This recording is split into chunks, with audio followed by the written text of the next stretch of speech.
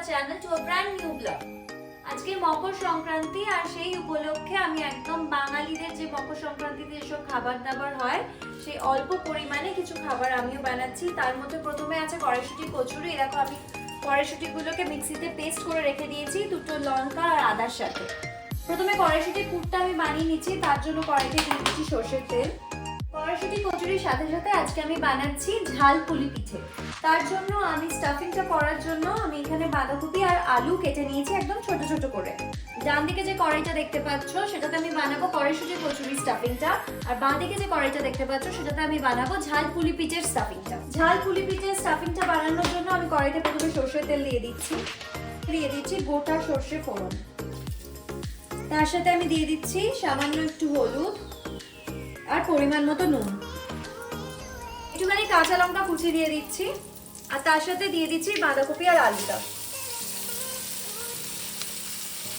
বাঁধাকপির স্টাফিংটার মধ্যে আমি একটু আদা থেতো করা দিয়ে দিলাম, একটু চিলি ফ্লেক্স অ্যাড করছি। তোমরা চাইলে এখানে কাঁচা লঙ্কাও ব্যবহার করতে পারো। এবার আমি এই বাঁধাকপি আর আলুটাকে একটু সফট হওয়ার জন্য আমি এটাকে কভার করে দেবো। কড়াইশুঁটি কচুরি স্টাফিংটার জন্য আমি প্রথমে তেলটা গরম হয়ে গেছে, আমি এর মধ্যে দিয়ে দিচ্ছি গোটা জিরে। তারপরে এখানে দিয়ে দিচ্ছি একটু আদা বাটা।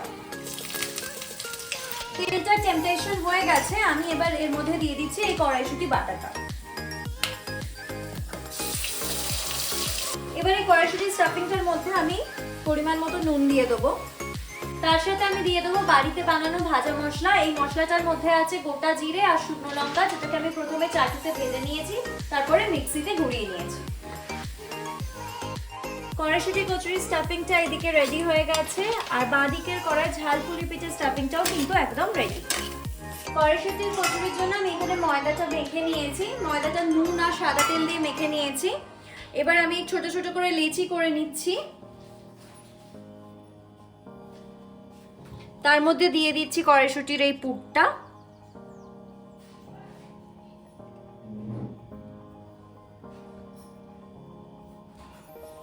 এবার এটাকে হালকা হাতে বেলে নেব।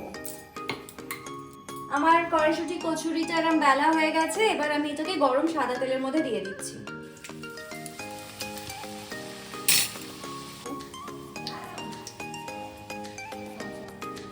এখানে কড়াইশুঁটি কচুরিগুলো সব রেডি হয়ে গেছে, আর এখানে রান্নার দিদি বানিয়ে গেছে আলুর দম। এবার ঝাল পুলি পিঠেটার জন্য আমি এখানে গরম জল বসিয়ে নিয়েছি। গরম জলটা একটু ফুটলে আমি এখানে চালের গুঁড়িটা দিয়ে দেবো।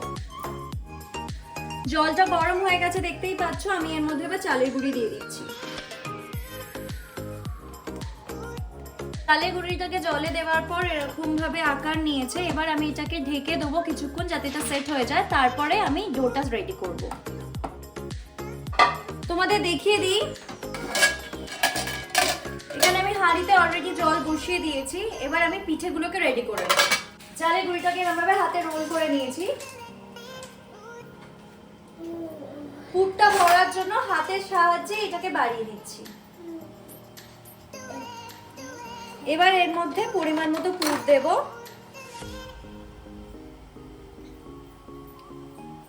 আর তারপরে এটাকে সাইডগুলো আস্তে আস্তে এবার আমি মুড়ে দেবো।